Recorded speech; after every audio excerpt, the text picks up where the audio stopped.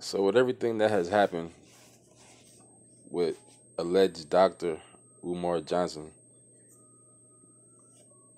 I mean, I say that the thought crossed my mind a long time ago at one point too, real quick, for the simple fact that stuff that Umar Johnson says, he doesn't really say anything that's different than a lot of other people in the community. But for him to say the stuff he says and then be able to be on the platforms he was on always made me wonder why they would allow him to be on those certain platforms.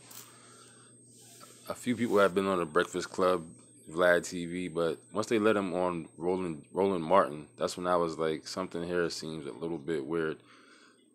Because the way these things work sometimes is when they want to build a resistance against a certain topic or against a certain people or entity or whatever the case may be. Sometimes what they'll do is, as I'm sure you already know, is they'll lead the resistance against the thing that the person is allegedly claiming to be fighting against. So that way, if they get in there and lead the resistance, they can also control where the resistance is going to go.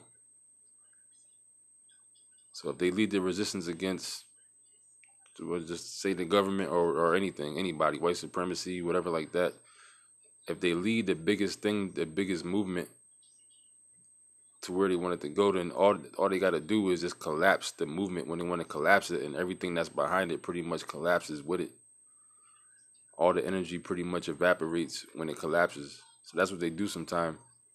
So they put somebody like Umar Johnson out there for everybody that's into that type of thing is going to start gravitating towards him. They like what he's saying. They think he's smart. They're believing what he's saying. They accept him as being whatever he's saying he is.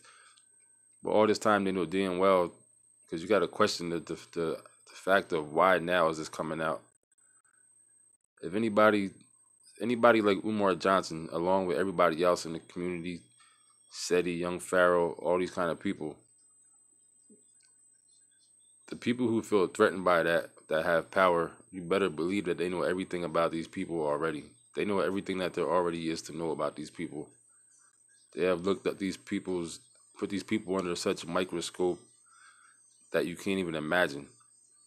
I'm sure all their phones are always tapped. I'm sure they're probably damn near always being watched. People like that, especially people that have a following, a big following. Like Umar Johnson had a lot of people that was following him and believing what he was saying. So you got to know the government has people like that under the tightest microscope that there is.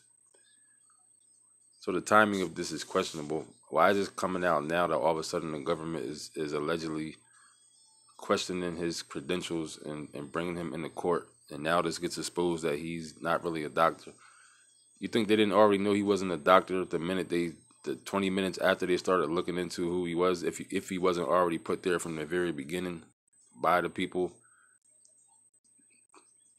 to be the person to lead the movement, so they can, when they evaporate him and evaporate his energy, they evaporate all the energy that's there with him. So if he wasn't an implant from the beginning, it would have only took them about 20 minutes to figure out or find out exactly who he is.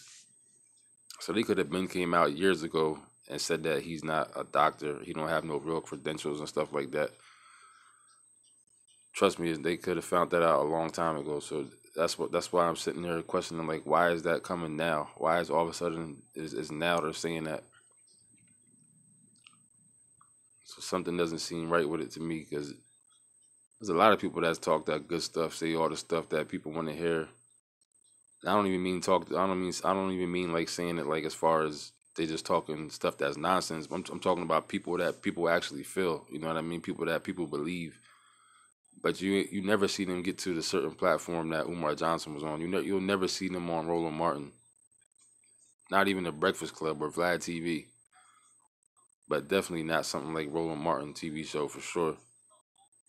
So you got to question how he even got there. How was he even able to be on a Roland Martin TV show and stuff like that? Why has he been the biggest name to come out of that community over the past couple years? I mean, a lot of people know who a lot of the people are, but I'm talking about as far as being put on a platform, a national platform for everybody to see, not just on the internet or just a internet TV show or like a interview type thing. I'm talking about a worldwide, national, not even national, international TV show. So you gotta think about something like that. I always thought that was weird. Anyway,